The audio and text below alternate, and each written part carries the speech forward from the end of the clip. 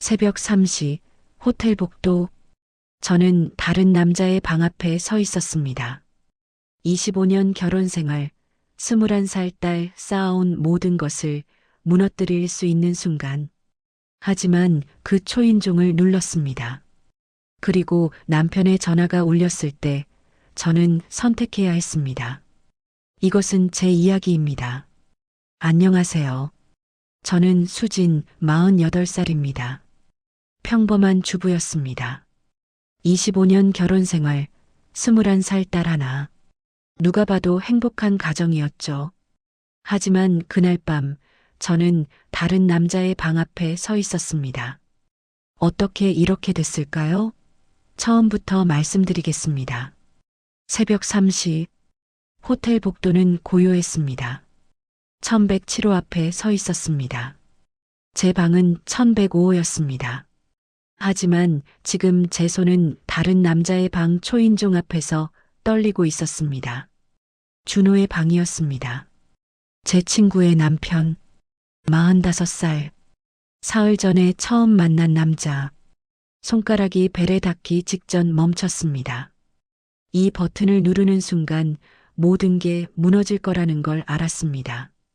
25년의 결혼이, 딸이, 제가 쌓아온 모든 것이. 하지만 동시에 알았습니다. 이게 마지막 기회일지도 모른다는 것을. 진짜로 살아있다고 느낄 수 있는. 심장이 미친 듯이 뛰었습니다. 눈을 감았습니다. 그리고 벨을 눌렀습니다. 딩동. 3초 후 문이 열렸습니다. 준호가 서 있었습니다. 놀라지 않았습니다. 마치 기다리고 있었다는 듯이. 흰 티셔츠 차림의 그는 저를 조용히 바라봤습니다. 말없이 서로를 응시했습니다. 5초, 10초, 온몸이 떨렸습니다. 그때 복도 끝에서 엘리베이터 문 열리는 소리가 들렸습니다. 준호가 재빨리 제 손목을 잡고 저를 방 안으로 끌어당겼습니다. 문이 조용히 닫혔습니다. 어둠 속에서 숨을 죽이고 서 있었습니다. 그의 손은 여전히 제 손목을 감싸고 있었습니다. 따뜻했습니다. 복도에서 발소리가 들렸습니다. 딱딱, 딱딱. 저희 방 앞을 지나갔습니다. 멀어졌습니다. 사라졌습니다. 침묵. 제 심장 소리만 들릴 것 같았습니다. 준호가 벽에 스위치를 눌렀습니다. 은은한 조명이 켜졌습니다. 1미터도 안 되는 거리에 서 있었습니다. 그의 눈이 저를 보고 있었습니다. 깊고 진지하고 간절한 눈빛이었습니다. 그가 한 걸음 다가왔습니다. 뒤로 물러나지 않았습니다. 또 한 걸음. 여전히 서 있었습니다. 이제 30cm도 안 됐습니다. 그의 숨소리가 들렸습니다. 준호가 천천히 손을 올렸습니다. 제 얼굴을 향해. 그의 손끝이 제 뺨에 닿았습니다. 따뜻했습니다. 부드럽게 쓰다듬었습니다.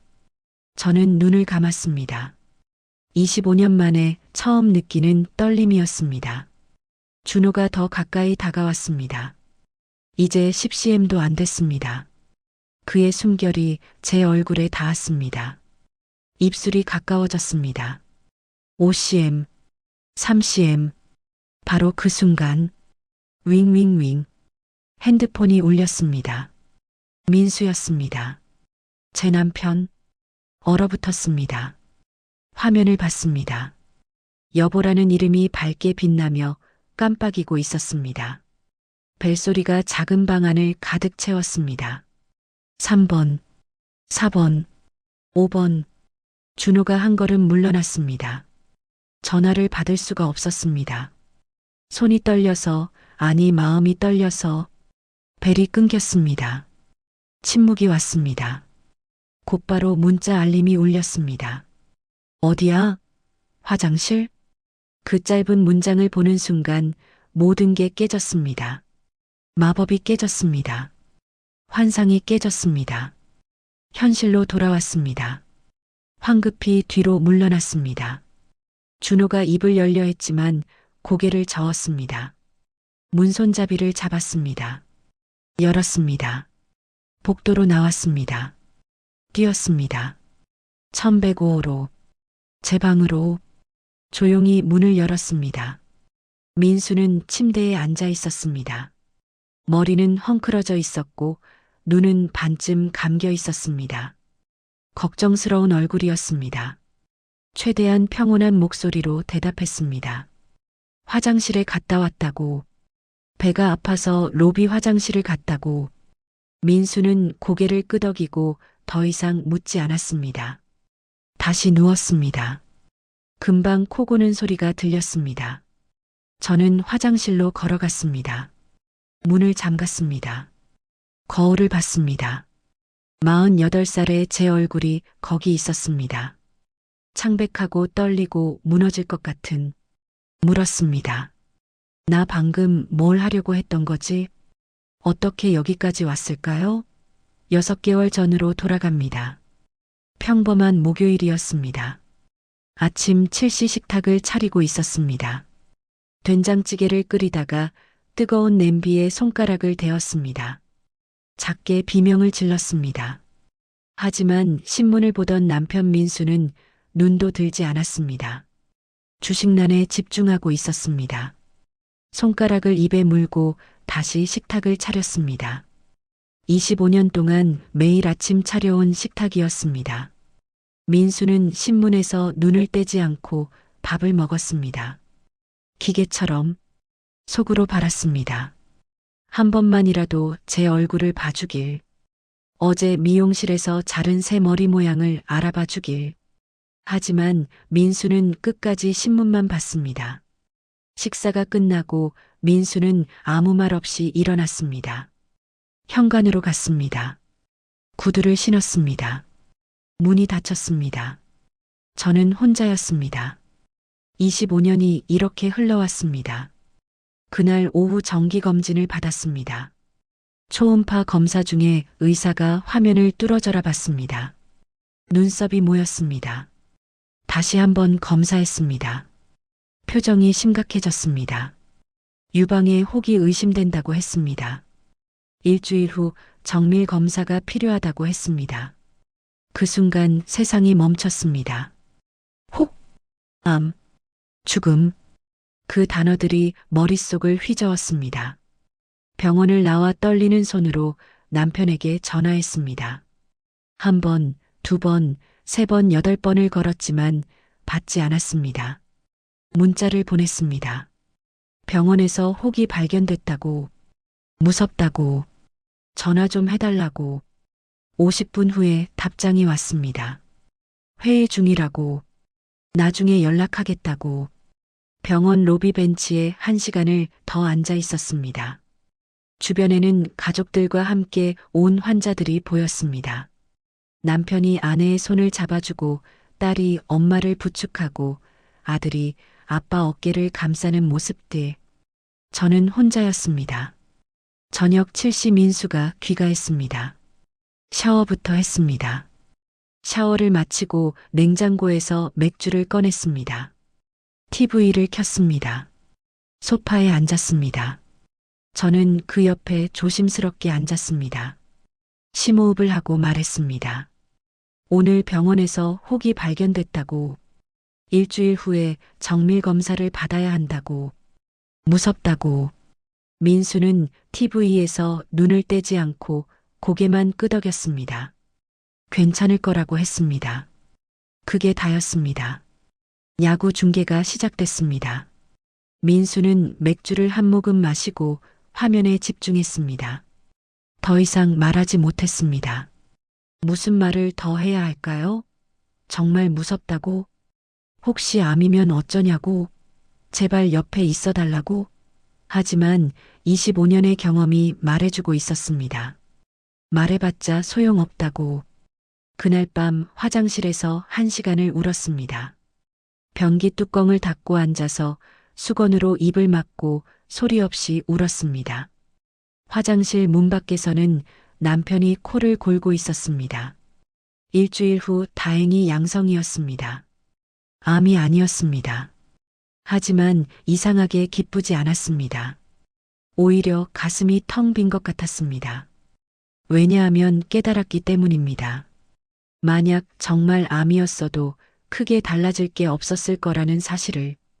그 깨달음이 암보다 더 무서웠습니다. 3개월이 흘렀습니다. 기계처럼 살았습니다. 아침 준비, 청소, 빨래, 장보기, 저녁 준비 반복되는 일상. 의미 없는 시간들. 그러던 어느 날 대학 동창 은혜에게서 전화가 왔습니다. 제주도에 4박 5일 여행을 가자고 했습니다. 그녀 부부와 저희 부부. 망설였습니다. 민수가 싫어할 거라 생각했습니다. 하지만 놀랍게도 민수가 다녀오라고 했습니다. 요즘 힘들어 보인다고 했습니다. 그 말이 가슴을 찔렀습니다. 겉으로 보이는 힘듦은 알면서 제 마음속 절망은 전혀 모르는 사람. 제주공항에 도착했을 때 은혜 부부가 기다리고 있었습니다. 은혜가 반갑게 달려왔습니다. 그리고 그 옆에 서 있던 남자가 다가왔습니다. 은혜의 남편 준호였습니다. 45. 온화한 미소를 가진 사람. 다정한 눈빛을 가진 사람. 렌터카에 탔습니다. 준호가 운전대를 잡았습니다. 은혜가 조수석에 저희 부부가 뒷좌석에 앉았습니다. 차가 출발했습니다. 그리고 저는 봤습니다. 신호 대기할 때마다 준호가 은혜의 손을 잡는 것을, 은혜가 말할 때마다 고개를 돌려 그녀를 보는 것을, 은혜가 목마르다고 하면 즉시 편의점에 들르는 것을. 자연스러웠습니다. 당연하다는 듯이, 숨 쉬는 것처럼. 옆을 봤습니다. 민수는 휴대폰만 보고 있었습니다. 회사 메일을 확인하고 있었습니다. 그리고 깨달았습니다. 아, 저것이 부부구나. 저것이 사랑이구나. 첫날 저녁 해산물 레스토랑에서 저녁을 먹었습니다. 은혜 부부는 식사 내내 손을 잡고 있었습니다. 서로의 입가를 닦아주고 잔에 와인을 따라주고 눈을 마주치고 웃었습니다. 대화가 끊이지 않았습니다. 작은 것 하나하나에 반응하고 공감하고 웃었습니다. 저희는 60cm 떨어져 앉아 있었습니다. 손도 잡지 않았고 눈도 마주치지 않았고 대화도 거의 없었습니다. 그게 다였습니다. 숙소로 돌아왔습니다. 민수는 씻자마자 침대에 누웠습니다. 피곤하다는 말만 남기고 곧 잠들었습니다. 저는 잠이 오지 않았습니다. 발코니로 나갔습니다. 검은 바다가 보였습니다. 파도 소리가 들렸습니다. 별이 많았습니다. 외로웠습니다. 그때 옆 발코니에서 인기척이 났습니다. 고개를 돌렸습니다. 준호였습니다. 눈이 마주쳤습니다. 침묵이 흘렀습니다. 파도 소리만 들렸습니다. 그가 조용히 물었습니다. 행복하세요? 단세 음절. 하지만 그 세 음절이 25년간 쌓인 벽을 무너뜨렸습니다. 저는 눈물을 흘렸습니다. 소리 없이 그냥 주르륵 흘러내렸습니다. 준호는 아무 말도 하지 않았습니다. 그저 거기 서서 저와 함께 바다를 봐줬습니다. 다음 날부터 이상한 일들이 일어났습니다. 아침 산책을 나가면 해변에서 준호를 만났습니다. 점심을 먹으러 가면 카페에서 우연히 마주쳤습니다. 수국밭에 가도 등대에 가도 계속 그와 눈이 마주쳤습니다. 우연이 아니었습니다. 그가 의도적으로 저를 찾고 있었습니다. 그리고 더 무서운 건 저도 그를 찾고 있다는 것이었습니다. 셋째 날 오후 민수와 은혜가 승마 체험을 갔습니다. 저는 카페에 남았습니다. 그리고 알았습니다. 준호도 남을 거라는 걸. 예상대로였습니다. 10분 후 카페 문이 열렸습니다. 준호가 들어왔습니다. 창가에 앉았습니다. 한참을 말없이 바다를 봤습니다. 제 손은 테이블 위에 있었습니다. 떨리고 있었습니다. 준호의 손도 테이블 위에 있었습니다. 20cm 떨어진 곳에. 그러다 준호가 먼저 입을 열었습니다. 첫날부터 끌렸다고 했습니다. 왜 그렇게 슬픈 눈으로 바다를 보는지 궁금했다고. 왜 그렇게 외로워 보이는지 저를 웃게 해주고 싶었다고. 25년을 함께 산 남편도 몰랐던 제 마음을 이 남자는 사흘 만에 알아봤습니다. 저는 일어나려 했습니다. 도망치려 했습니다. 하지만 준호가 제 손목을 부드럽게 잡았습니다. 그 순간 제 안에서 뭔가가 무너졌습니다. 25년 동안 쌓아 올린 벽이, 참아왔던 외로움이, 억눌렀던 갈망이, 손 위에 그의 손이 포개졌습니다. 따뜻했습니다. 이건 아니야. 이러면 안 돼. 머리로는 알고 있었습니다. 하지만 손은 빼지지 않았습니다. 왜 내 남편은 한 번도 이렇게 내 손을 잡아주지 않았을까? 왜 내 눈을 이렇게 봐주지 않았을까? 나는 그저 밥하고 빨래하는 기계였을까? 도망치지 말라고 했습니다. 제 마음에 솔직해지라고 했습니다. 저도 느끼고 있지 않냐고. 우리 사이에 뭔가 있다는 걸. 그의 엄지손가락이 제 손등을 천천히 쓰다듬었습니다. 그 작은 움직임에 온몸에 전율이 흘렀습니다. 그의 눈이 저를 똑바로 봤습니다. 진지했습니다. 간절했습니다. 저는 손을 빼지 않았습니다. 그 선택이 제 운명을 바꿀 줄도 모르고 그날 밤 거울을 오래 봤습니다. 48살의 제 얼굴을, 주름, 흰머리, 처진 피부. 저는 늙어가고 있었습니다. 그리고 문득 생각했습니다. 이 늙어가는 시간 동안 저는 언제 행복했을까? 언제 사랑받았을까? 언제 제가 여자라고 느꼈을까? 답이 없었습니다. 거울 속 제 눈을 봤습니다. 슬펐습니다. 텅 비어 있었습니다. 나는 이렇게 죽어가는 거구나. 가슴 속에서 뭔가가 터질 것만 같았습니다. 외로움이, 분노가, 갈망이, 단 한 번만 내가 원하는 걸 해보면 안 될까? 25년을 참았어. 단 하루, 단 한 번만이라도. 나도 사랑받을 자격이 있잖아. 나도 여자잖아.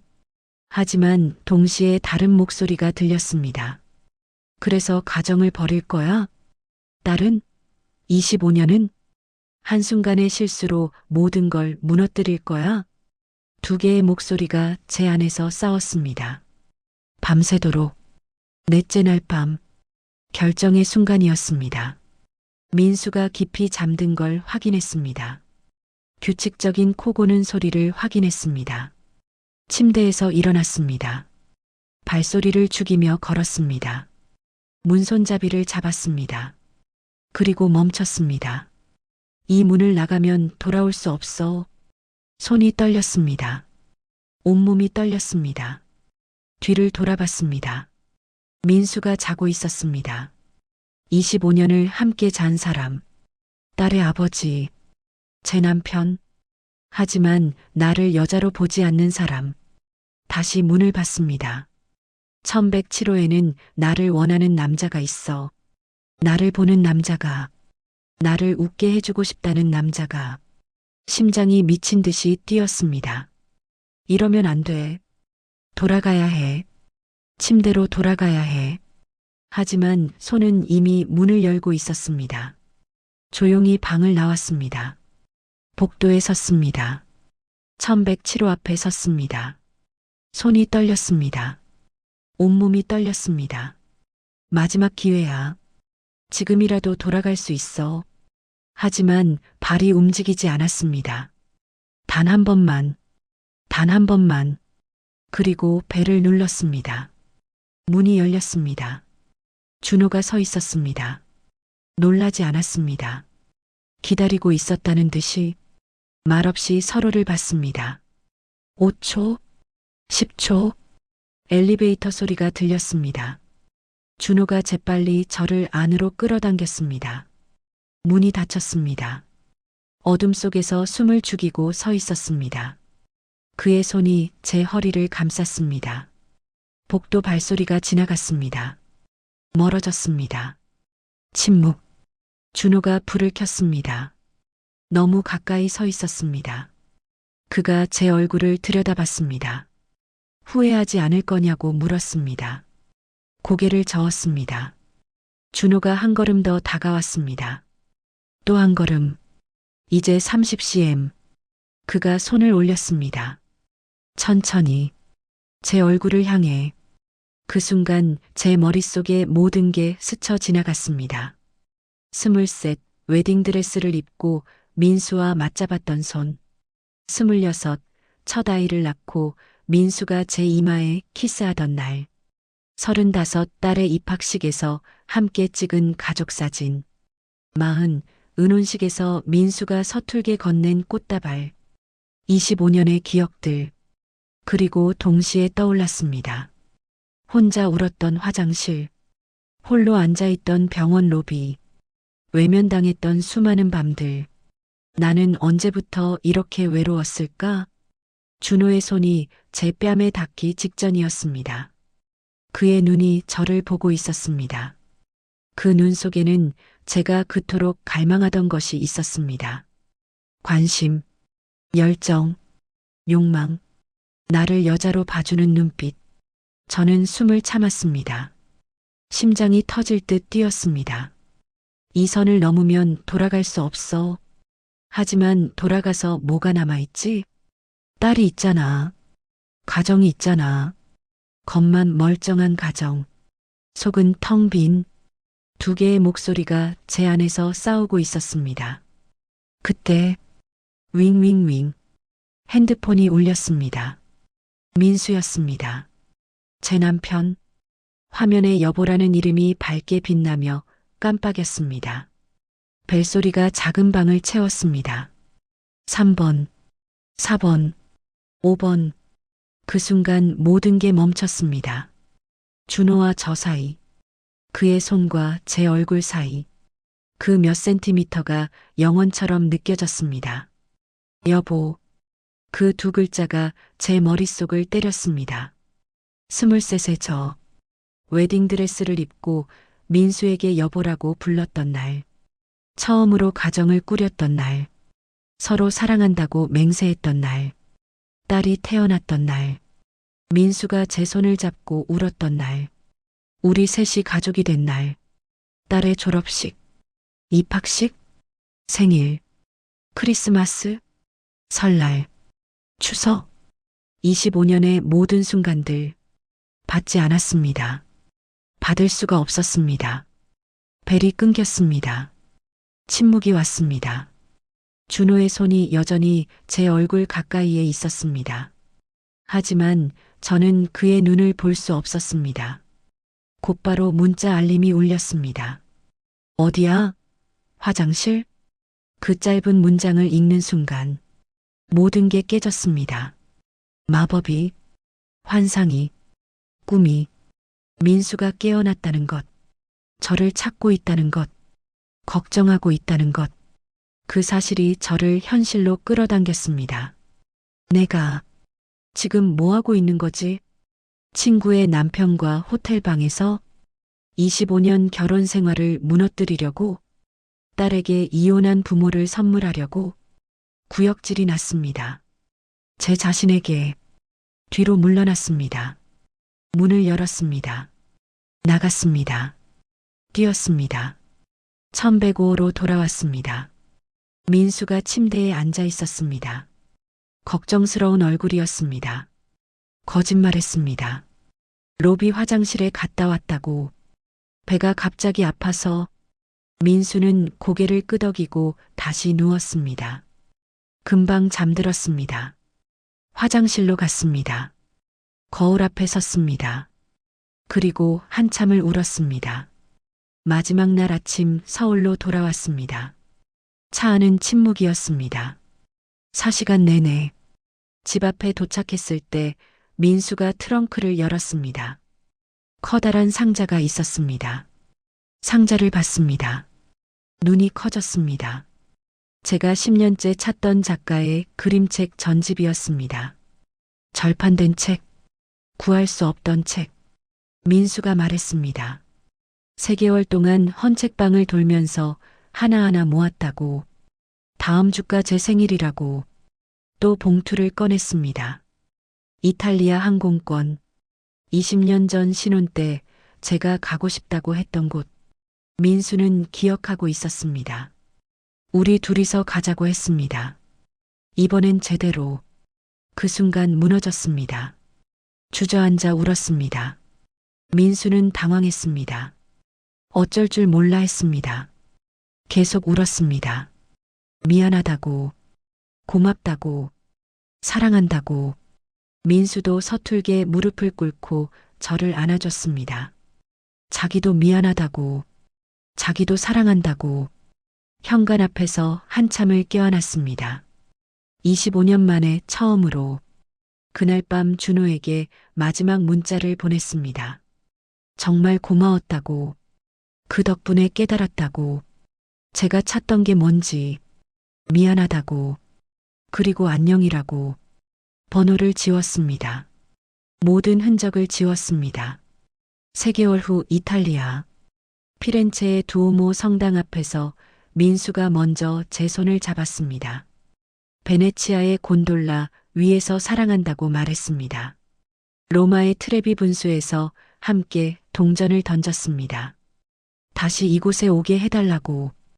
호텔 발코니에서 야경을 볼 때 민수가 물었습니다. 행복하냐고. 고개를 끄덕였습니다. 정말 행복하다고. 그리고 깨달았습니다. 사랑은 항상 드라마틱하지 않아도 된다는 것을. 3개월 동안 헌책방을 돌며 책을 모으는 것. 20년 전 한마디를 기억하는 것. 묵묵히 25년을 함께 걷는 것. 그것도 사랑이었습니다. 지금도 가끔 생각합니다. 제주도 그날 밤 만약 민수의 전화가 오지 않았다면 어땠을까? 하지만 곧 고개를 젓습니다. 어쩌면 그 전화는 신의 배려였을지도 모릅니다. 오늘도 민수와 아침을 먹습니다. 여전히 말이 많지 않습니다. 하지만 괜찮습니다. 왜냐하면 이제는 알기 때문입니다. 25년이라는 시간이 얼마나 귀한 것인지. 인생의 후반전 저희는 다시 시작했습니다. 25년 만에 다시 사랑을 배우며.